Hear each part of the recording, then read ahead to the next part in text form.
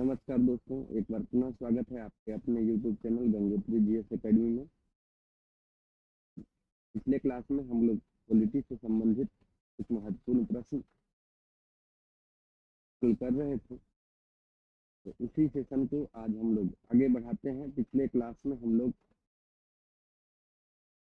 9th question तक 8th question तक किए थे, ठीक है।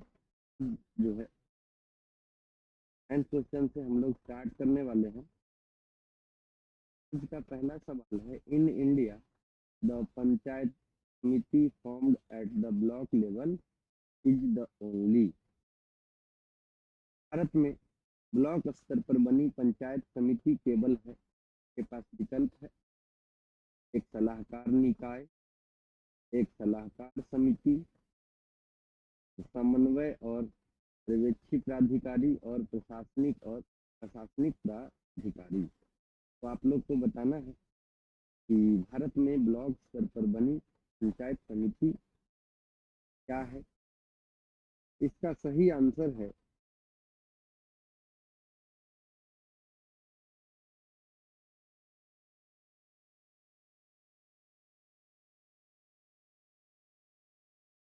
कि ऑप्शन सी इसका सही आंसर है, समन्वय और पर्यवेक्षी प्राधिकारी, ठीक है। तो भारत में ब्लॉक स्तर पर बनी जो पंचायत समिति है वो समन्वय और पर्यवेक्षी अधिकारी है। लोग को पिछले क्लास में ही मैंने बताया था कि संविधान का भाग 9 है ना, संविधान का भाग 9 याद रखिएगा, 9 और आर्टिकल जो है 243 क और 9, आर्टिकल 243 याद रखिएगा। इसका सब क्लॉज जो है, एक है आपका क, दूसरा सब क्लॉज है 9।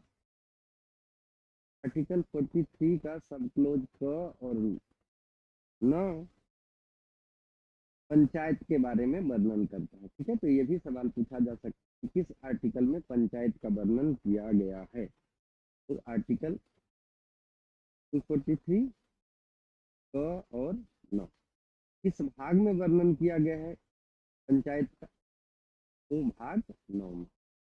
इसके अलावा ये भी सवाल पूछा जा सकता है कि किस संविधान संशोधन के द्वारा इसे जोड़ा गया या संविधान में शामिल किया गया। तो याद रखिएगा 73वां संविधान संशोधन, ठीक है। संविधान संशोधन का नाम है 73वां संविधान संशोधन और ये कब हुआ था, तो 1992 में हुआ। 1992 में 1992 में जो 73वां संविधान संशोधन हुआ था, इसके अंतर्गत पंचायत को शामिल किया गया था और इस अधिनियम के द्वारा एक सूची भी जोड़ा गया था। वो कौन सी सूची थी, तो 11वीं सूची, है ना। 11वीं सूची इसी अधिनियम के द्वारा जोड़ा गया था। तो नेक्स्ट यहाँ से सवाल पूछा जा सकता है कि 11वीं सूची किस संविधान संशोधन के द्वारा या कब जोड़ी गई थी, तो 73वां संविधान संशोधन 1992। इस अधिनियम में त्रिस्तरीय पंचायती व्यवस्था की बात की गई थी और जिसमें ग्राम पंचायत ग्राम स्तर पर, पंचायत समिति ब्लॉक स्तर पर और जिला स्तर पर जिला परिषद का प्रावधान है और यह एक जो है पर्यवेक्षी प्राधिकारी के रूप में कार्य करती है। तो ये ध्यान रखना। तो यहाँ से 3-4 सवाल पूछा जा सकता है, तो आप अपने माइंड में रखिएगा, जिससे कि आने वाले जो एग्जाम है उसमें यदि इस प्रकार का सवाल आए तो आप कर पाए, ठीक है। और यदि आप इस चैनल पे नए हैं तो इस चैनल को सब्सक्राइब करें,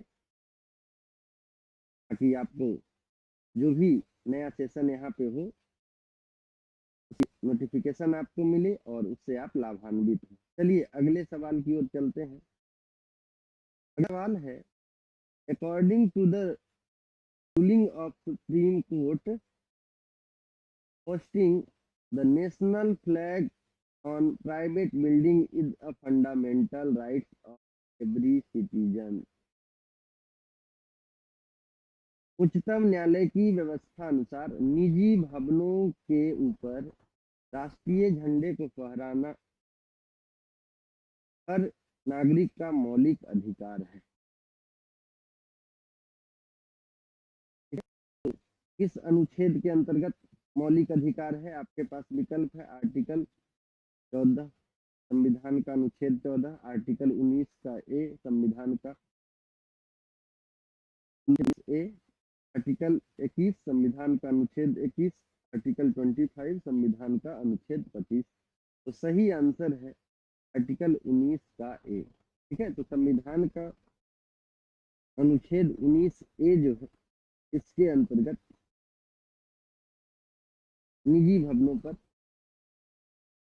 राष्ट्रीय झंडे को फहराने हेतु मौलिक अधिकार की व्यवस्था की गई है। और यह जो है भारतीय झंडा संहिता 2002 के तहत किया गया है, ये याद रखिएगा। ठीक है, भारतीय झंडा संहिता 2002 के तहत उच्चतम न्यायालय की व्यवस्था अनुसार निजी भवनों के ऊपर राष्ट्रीय झंडे को फहराना अनुच्छेद 19 ए द्वारा दिया गया है। और अनुच्छेद 19 से 22 तक जो है स्वतंत्रता के अधिकार का उल्लेख है। आप सभी जानते हैं कि आर्टिकल 19 से 22 जो है वो स्वतंत्रता के बारे में वर्णन करता है, स्वतंत्रता के अधिकार का वर्णन करता है। तो ये भी सवाल पूछा जा सकता है कि स्वतंत्रता के अधिकार का वर्णन किस अनुच्छेद में है? तो 1912। चलिए अगले सवाल की ओर हम लोग चलते हैं।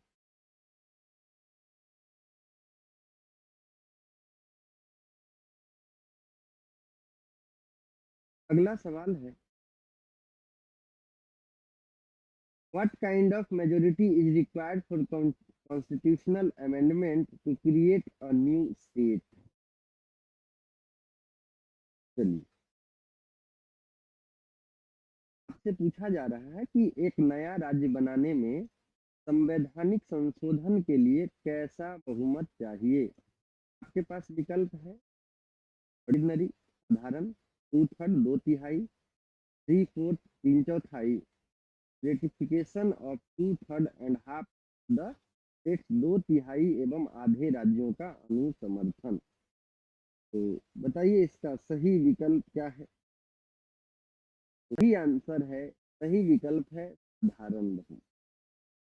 ठीक है, साधारण बहुमत। तो याद रखिएगा संविधान के अनुच्छेद 4 में स्वयं यह घोषित किया गया है कि नए राज्यों का प्रवेश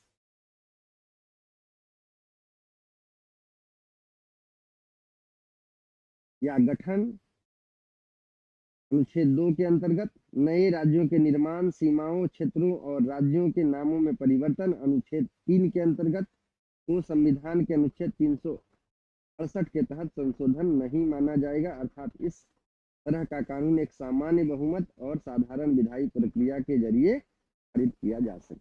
तो ये सही आंसर है इसका, ऑर्डिनरी बहुमत। ठीक है, साधारण बहुमत के द्वारा एक नया राज्य बनाया जा सकता है। तो ध्यान रखिएगा, एक नया राज्य बनाने में संवैधानिक संशोधन के लिए कैसा बहुमत चाहिए? तो ऑर्डिनरी साधारण बहुमत चाहिए।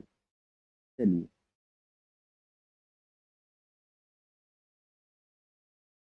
अगला सवाल।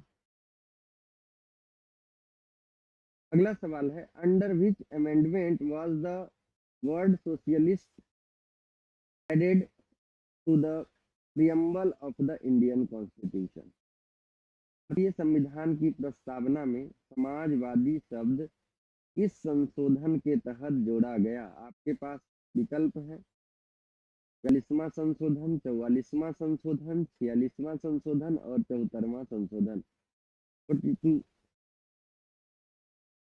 Amendment, 44th amendment, 46th amendment and 74th amendment. तो सही आंसर आप लोग को बताना है। तो याद रखिएगा इसका सही आंसर है 42वां संविधान संशोधन। ठीक है, 42वां संविधान संशोधन 1976। ये कब किया गया था? 1976 में, है ना।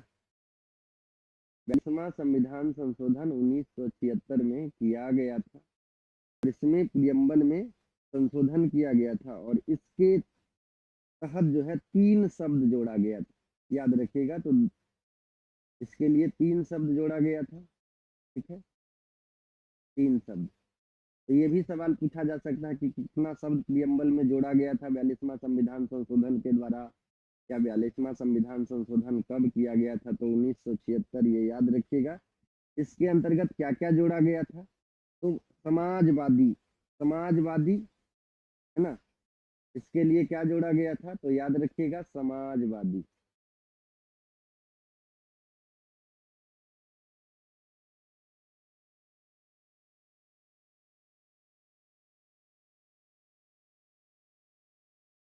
इसके आगे अखंडता शब्द जोड़ा गया था, अखंडता।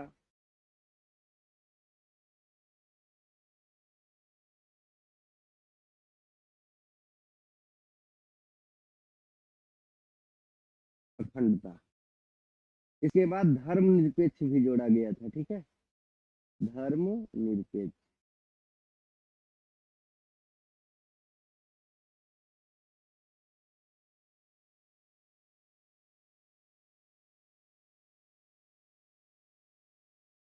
तो ये 3 शब्द जो है 42वां संविधान संशोधन जो 1976 में किया गया था, प्रस्तावना में जोड़ा गया था, समाजवादी, अखंडता और धर्मनिरपेक्ष। चलिए अगले सवाल की ओर हम लोग चलते हैं।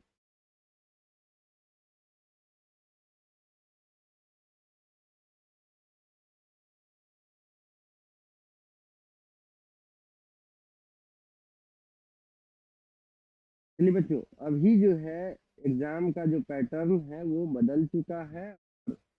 जैसे जैसे समय बीतता जा रहा है वैसे वैसे कंपटीशन जो वो टफ हो रहा है, तो उसके अनुसार अपने आप को ढालना है, उस प्रकार की तैयारी आप लोग को करना है, तभी आप परीक्षा पास कर सकते हैं, ठीक है। तो ये प्रश्न है, the president of India exercise his powers. Bharat के राष्ट्रपति अपनी शक्तियों का प्रयोग करते हैं। लोग को बताना है कि भारत के राष्ट्रपति अपनी शक्तियों का प्रयोग किसकी सहायता से करते हैं। भाव इस प्रश्न का यही है। के पास विकल्प है, डायरेक्टली और थ्रू हिज सबऑर्डिनेट ऑफिसर, सीधे अथवा अपने अधीनस्थ अधिकारियों द्वारा। दूसरा विकल्प है बाय मिनिस्टर्स, मंत्रियों के द्वारा। तीसरा ऑप्शन है बाय द प्राइम मिनिस्टर, प्रधानमंत्री के द्वारा। डी ऑप्शन है आपके पास, चौथा ऑप्शन टू द कैबिनेट, मंत्रिमंडल के द्वारा। आप लोग फटाफट आंसर कीजिएगा कि भारत के राष्ट्रपति अपनी शक्तियों का प्रयोग करते हैं, ठीक है। तो इसका सही आंसर होगा ए। सही आंसर क्या है? ए है। तो भारत के राष्ट्रपति अपनी शक्तियों का प्रयोग सीधे अथवा अधीनस्थ अधिकारियों द्वारा करते हैं, ठीक है, सीधे या अधीनस्थ अधिकारियों के द्वारा, ठीक है। तो याद रखिएगा, संविधान का आर्टिकल 53, संविधान का आर्टिकल 53 जो है आर्टिकल 53, आर्टिकल 53 याद रखिएगा।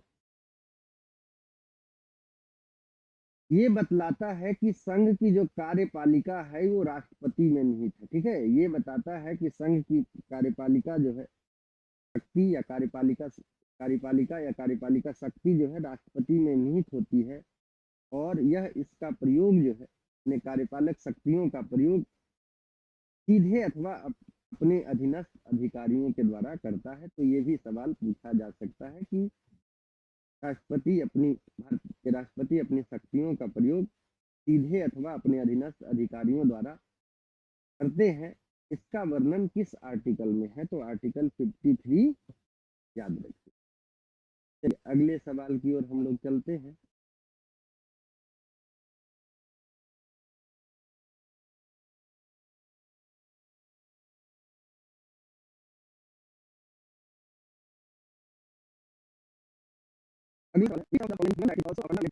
अंडर द इंडियन कॉन्स्टिट्यूशन, निम्न से कौन सा निम्न में से कौन सा मानव अधिकार भारतीय संविधान के अंतर्गत मौलिक अधिकार भी है। आप लोग को बताना है कि कौन सा मानव अधिकार भारतीय संविधान के अंतर्गत मौलिक अधिकार भी है। आपके पास विकल्प है सूचना का अधिकार, राइट टू इंफॉर्मेशन। दूसरा विकल्प है राइट टू वर्क, काम का अधिकार। तीसरा है राइट टू एजुकेशन, शिक्षा का अधिकार। और चौथा है आपके पास राइट टू हाउस, मकान का अधिकार। तो चलिए आप लोग फटाफट आंसर कीजिएगा कि कौन सा मानव अधिकार भारतीय संविधान के अंतर्गत मौलिक अधिकार भी है।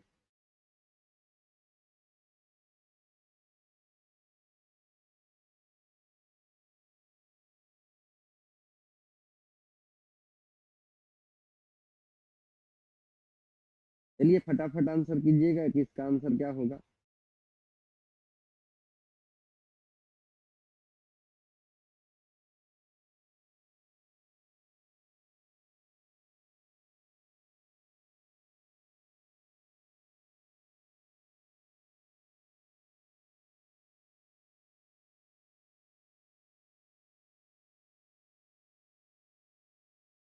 सही आंसर है शिक्षा का अधिकार। ठीक है, तो शिक्षा का अधिकार जो है भारतीय संविधान के अंतर्गत मौलिक अधिकार भी है। ठीक है, मानव अधिकार के साथ मौलिक अधिकार भी है। और भारतीय संसद द्वारा 86वें संविधान संशोधन के द्वारा अनुच्छेद 21 में संशोधन कर 21A जोड़ा गया, और जिसके अंतर्गत जो है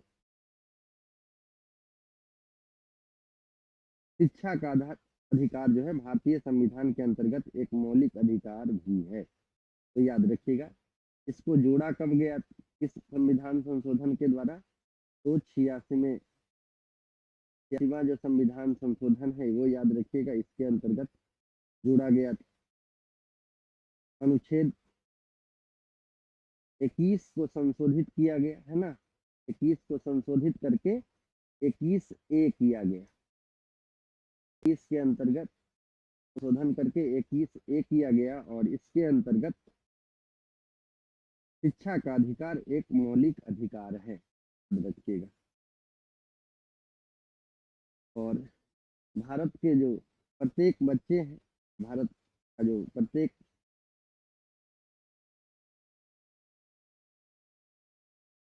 व्यक्ति जो है 6 से 14 वर्ष तक है, उसको मुफ्त अनिवार्य शिक्षा की बात की गई है। चलिए अगले सवाल की ओर हम लोग चलते हैं।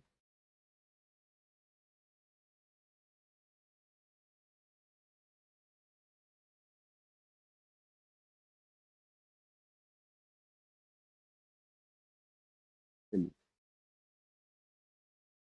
अगला सवाल, in the Indian constitution includes, भारतीय संविधान में शामिल। ठीक है, तो आप लोग को बताना है कि भारतीय संविधान में कितनी अनुसूची, कितना भाग और कितना अनुच्छेद शामिल है। आपके पास विकल्प है 395 अनुच्छेद, 22 भाग एवं 22 अनुसूचियां, 395 articles, 22 parts and 12 schedules. Second, दूसरा जो विकल्प है बी, 371 आर्टिकल्स, 21 पार्ट और 11 शेड्यूल्स, 371 अनुच्छेद, 21 भाग एवं 11 अनुसूचियां, 11 अनुसूचियां। 372 आर्टिकल्स, तीसरा 20 पार्ट्स एंड 7 शेड्यूल्स, 372 अनुच्छेद, 20 भाग एवं 7 अनुसूचियां। और लास्ट ऑप्शन है आपके पास 381 आर्टिकल्स, 23 पार्ट्स एंड 8 शेड्यूल्स, 381 अनुच्छेद, 23 भाग एवं 8 अनुसूचियां। तो सही विकल्प है इसका ए। ठीक है, सही विकल्प ए है। तो जो भारतीय संविधान मूल संविधान है, भारतीय संविधान में मूल संविधान की जो बात करते हैं, तो मूल संविधान में 395 आर्टिकल्स हैं, 22 पार्ट हैं, 12 शेड्यूल। ठीक है, ये याद रखिएगा।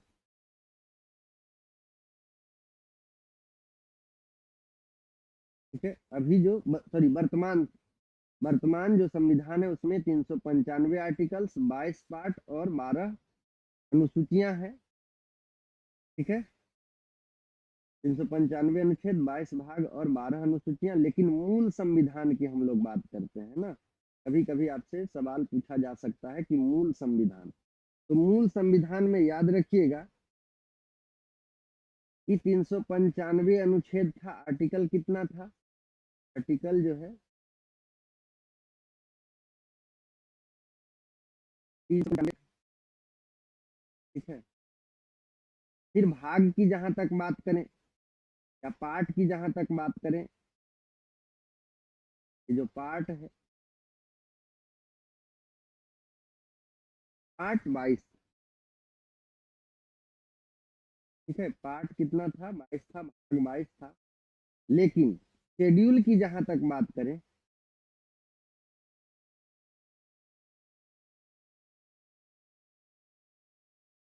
ये शेड्यूल जो है ये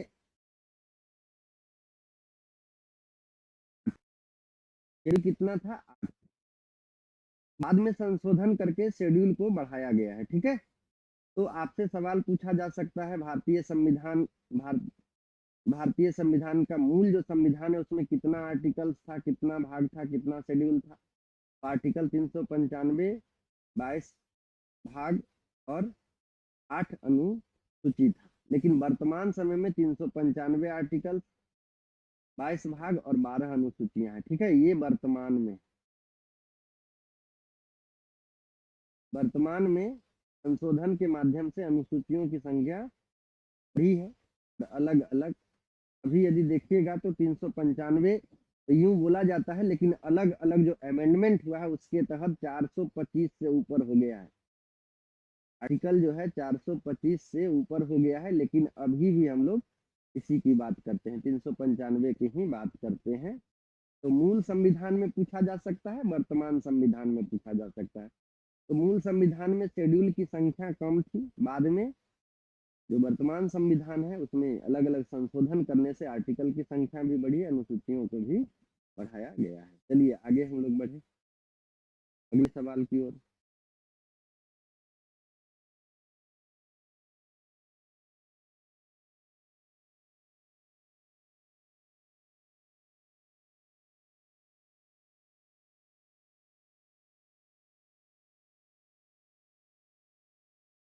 चलिए अगला सवाल है,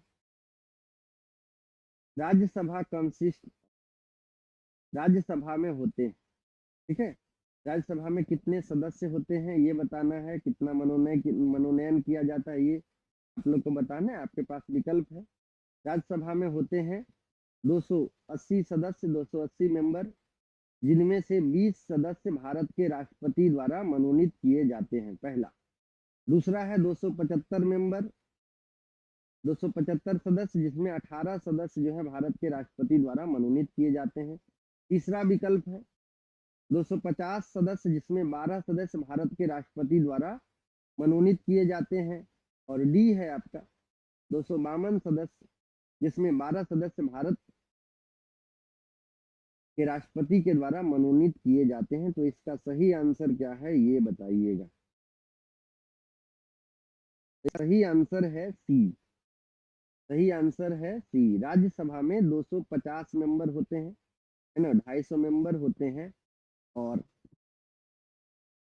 12 मेंबर का मनोनयन राष्ट्रपति के द्वारा किया जाता है। भारत के राष्ट्रपति के द्वारा 12 सदस्यों का मनोनयन किया जाता है। कैसे व्यक्तियों का मनोनयन किया जाता है? तो वैसे व्यक्ति जो साहित्य, विज्ञान, कला तथा समाज सेवा एवं खेल के क्षेत्र में विशेष ज्ञान वाले व्यक्ति होते हैं। ठीक है, तो 12 सदस्यों का मनोनयन किस आधार पर किया जाता है ये भी कभी कभी पूछ दिया जाता है। तो याद रखिएगा, वैसे व्यक्ति जो साहित्य, विज्ञान, कला तथा समाज सेवा तथा खेल के क्षेत्र में विशेष उपलब्धि प्राप्त करने वाले होते हैं या विशेष जानकार होते हैं इस क्षेत्र में।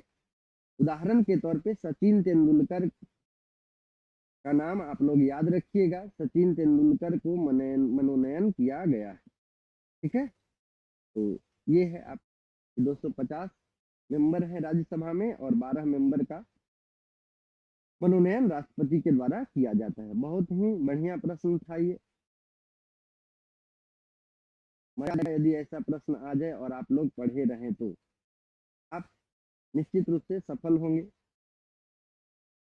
चलिए 17, the public accounts committee submit its report. लोक लेखा समिति अपनी रिपोर्ट प्रस्तुत करती है। कहना है कि लोक लेखा समिति अपनी रिपोर्ट किसे प्रस्तुत करती है। आपके पास विकल्प है to controller and audit general, नियंत्रक एवं महालेखाकार को। दूसरा है to speaker of Lok Sabha, Lok Sabha के स्पीकर को। To the minister of parliamentary affairs, संसदीय मामलों के मंत्री को। To the president of India, भारत के राष्ट्रपति को। तो बताइए कि लोक लेखा समिति अपनी रिपोर्ट किसे प्रस्तुत करती है। तो सही आंसर है बी। सही आंसर क्या है? बी।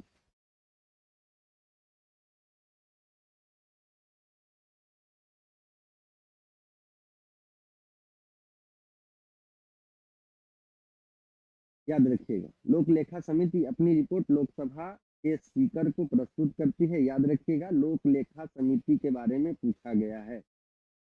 तो याद रखिएगा, ये जो लोक लेखा समिति है इसके कितने मेंबर होते हैं, ये भी सवाल पूछा जा सकता है। ठीक है, तो 22 मेंबर होते हैं। ठीक है, लोक लेखा समिति के कितने मेंबर हैं? तो कुल याद रखिएगा, कुल 22 सदस्य। लोक लेखा समिति के कुल 22 सदस्य। अब इस 22 सदस्य में याद रखिएगा लोकसभा और राज्यसभा के होते हैं। लोकसभा यानी एलएस लिख रहे हैं। लोकसभा के कितने हैं? 15 सदस्य लोकसभा से होते हैं और आरएस यानी राज्यसभा से 7 सदस्य। ठीक है, तो लोक लेखा समिति 22 सदस्यीय टीम वाली होती है, 22 सदस्यीय सदस्य वाली समिति होती है। और ये जो है अपनी रिपोर्ट जो है लोकसभा अध्यक्ष को प्रस्तुत करती है। और लोक लेखा समिति को प्राक्कलन समिति की जुड़वा बहन के रूप में जाना जाता है। तो ये भी सवाल पूछा जाएगा कि प्राक्कलन समिति की जुड़वा बहन किस समिति को कहा जाता है? तो लोक लेखा समिति को कहा जाता है। इसमें 22 सदस्य हैं, जिसमें 15 लोकसभा से और 7 राज्यसभा से। ये अपनी रिपोर्ट जो है वो लोकसभा स्पीकर को सौंपते हैं, प्रस्तुत करते हैं। चलिए अगले सवाल की ओर हम लोग चलते हैं।